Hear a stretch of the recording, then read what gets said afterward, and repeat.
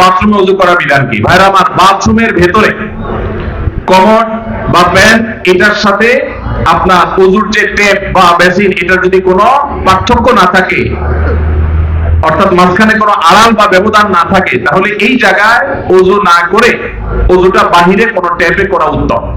কেন? কারণ ওযুর একটা গুরুত্বপূর্ণ সুন্নাহ হলো বিসমিল্লাহ পাঠ করা। টয়লেটের মধ্যে বিসমিল্লাহ পাঠ করাটা মাকরুহ। টয়লেটে বিসমিল্লাহ পাঠ করা কি মাকরুহ? যেহেতু মাকরুহ, অতএব হয় আপনি বিসমিল্লাহ ছাড়া ওযু করবেন, তাহলে ওযুটা একটু ত্রুটিপূর্ণ হলো, আর না হলে বিসমিল্লাহ জোরে পড়বেন, তাহলে আপনি মাকরুহ করলেন। এজন্য বাথরুমের বাইরে বিসমিল্লাহ পড়ে ওযু করবেন। পাও ধোয়াটা বেসিনে ধোয়ার ব্যবস্থা নাই, ভিতরে যায় ধুলেন, বাস, তাহলে হয়ে গেল।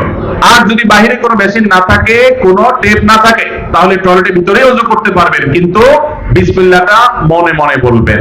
আর যদি নিজের বাসা হয়, তাহলে সেক্ষেত্রে মাঝখানে পার্টিশন দিয়ে দিলেন কমন এবং ওযুর, অথবা আজকাল প্লাস্টিকের পর্দা পাওয়া যায়, সেগুলো দিয়ে দিলেন, তাহলে ইনশাআল্লাহ আপনার সেখানে বিসমিল্লাহ বলতে কোনো অসুবিধা নাই। টয়লেটের ভিতরে দিকেও ওযু করে, ওযু হয়ে যাবে, নামাজও হয়ে যাবে, কিন্তু উত্তম হলো বাইরে করা।